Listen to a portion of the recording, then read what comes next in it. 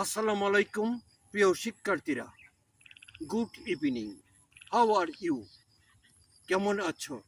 I hope that you are nice by the mercy of Allah. আশা করি আল্লাহর কৃপায় ভালো আছো। I am standing in front of the pepper field. আমি মরিচ বাগানে পাশে দাঁড়িয়ে আছি। Pepper is very important for us. মরিচ আমাদের জন্য খুব গুরুত্বপূর্ণ। It contain the green pepper contain a lot of vitamin. প্রচুর পরিমাণ কি ভিটামিন ধারণ করে।